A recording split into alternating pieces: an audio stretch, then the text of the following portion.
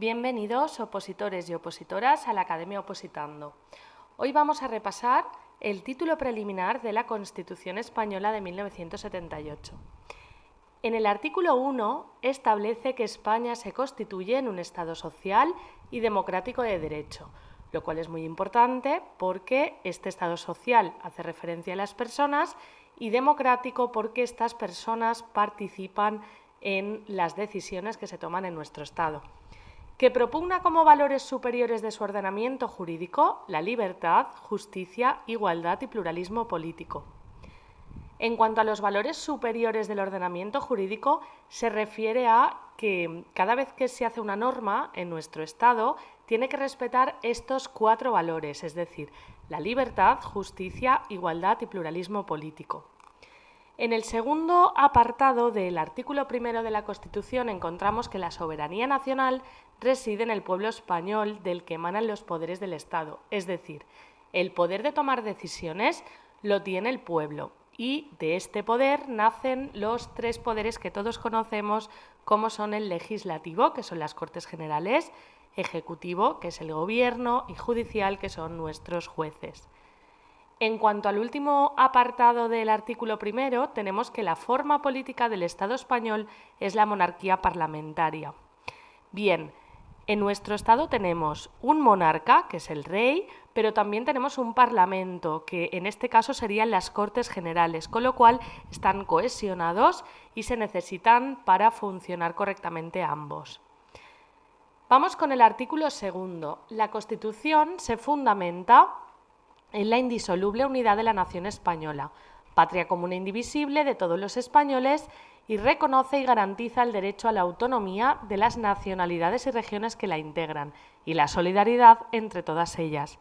Cabe remarcar en este artículo, en primer lugar, que la Constitución establece la unidad de la nación y además establece que entre los territorios tenemos que hacer efectivo el principio de solidaridad. Pasamos al artículo 3, el cual establece el castellano y las demás lenguas españolas. El castellano es la lengua española oficial del Estado y todos los españoles tienen el deber de conocerla y derecho a usarla. Súper importante este concepto de cara a los test, tener muy claro que tenemos la obligación, es decir, el deber de conocer la lengua española, el castellano, y el derecho a usarla, ¿vale? Es un derecho porque es una opción, podríamos utilizar cualquier otra. En el segundo apartado establece la Constitución en el artículo 3 que las demás lenguas españolas serán también oficiales en las respectivas comunidades autónomas de acuerdo con sus estatutos. Esta última coletilla es imprescindible, puesto que si no está reconocida otra lengua en un estatuto de autonomía, no se considerará como oficial.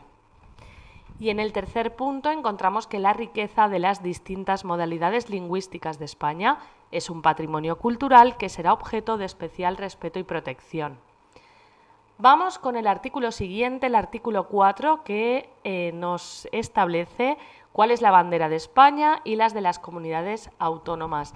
La bandera de España está formada por 3 franjas horizontales, roja, amarilla y roja, siendo la amarilla de doble anchura que cada una de las rojas.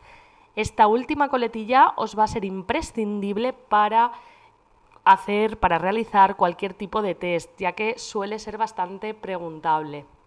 Hay que tener en cuenta que la amarilla es el doble que una roja, no ambas.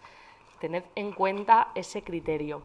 Y en cuanto al resto de banderas, la Constitución establece en su segundo punto del artículo 4 que los estatutos podrán reconocer banderas y enseñas propias de las comunidades autónomas y éstas se utilizarán junto a la bandera de España en sus edificios públicos y actos oficiales.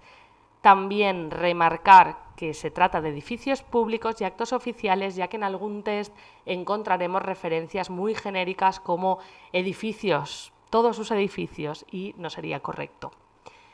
Vamos con el artículo 5. La capital del Estado es la Villa de Madrid, breve y conciso, así que este es muy sencillo, pero hay que tenerlo claro. En el artículo siguiente, el artículo 6, hace referencia a la Constitución a los partidos políticos. Los partidos políticos expresan el pluralismo político, concurren a la formación y manifestación de la voluntad popular y son un instrumento fundamental para la participación política. Su creación y ejercicio de su actividad son libres dentro del respeto a la Constitución y a la ley. Su estructura interna y funcionamiento deberán ser democráticos. De este artículo cabe destacar, aparte de que expresan el pluralismo político cada uno de los partidos, cabe destacar que su estructura interna y funcionamiento tiene que ser democrático, es decir, las personas que se encuentran afiliadas a un partido político pueden elegir a sus propios representantes. En el artículo siguiente, la Constitución hace referencia a los sindicatos y asociaciones empresariales. Dice el artículo 7 que los sindicatos de trabajadores y asociaciones empresariales contribuyen a la defensa y promoción de los intereses económicos y sociales que les son propios.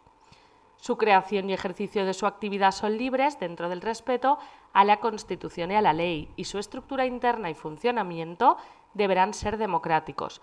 Os tiene que sonar, puesto que en el artículo anterior también hemos visto que la estructura interna y funcionamiento debían ser democráticos, al igual que lo hace en este mismo artículo. Además, seguro que la gran mayoría conocéis la labor de los sindicatos y asociaciones empresariales que al final pues, contribuyen a mejorar los intereses de un sector. Bien, el artículo siguiente, el 8º, hace referencia a las Fuerzas Armadas. Las Fuerzas Armadas, según la Constitución, están constituidas por el Ejército de Tierra, Armada y Ejército del Aire. Tienen como misión garantizar la soberanía e independencia de España, defender su integridad territorial y el ordenamiento constitucional. Una ley orgánica regulará las bases de la organización militar conforme a los principios de la presente Constitución. Hay que tener en cuenta en este artículo dos cuestiones. La primera es que los 3 ejércitos que conforman las Fuerzas Armadas son tierra, armada y aire, nada de marina, ¿vale? Que en algunos test nos lo van a poner para confundirnos. Y aparte, tenemos que matizar que se refiere a una ley orgánica, pero no nos dice exactamente cuál. Simplemente tenemos que saber que están reguladas las Fuerzas Armadas y desarrolladas en una ley orgánica posterior. Bien, y por último en el título preliminar llegamos al artículo 9. El artículo 9 empieza en su primer apartado estableciendo que los ciudadanos y poderes públicos están sujetos a la Constitución y al resto de ordenamiento jurídico, es decir, que todos estamos sometidos a la ley. Tanto los 3 poderes de los que hablábamos anteriormente como los ciudadanos, como nosotros.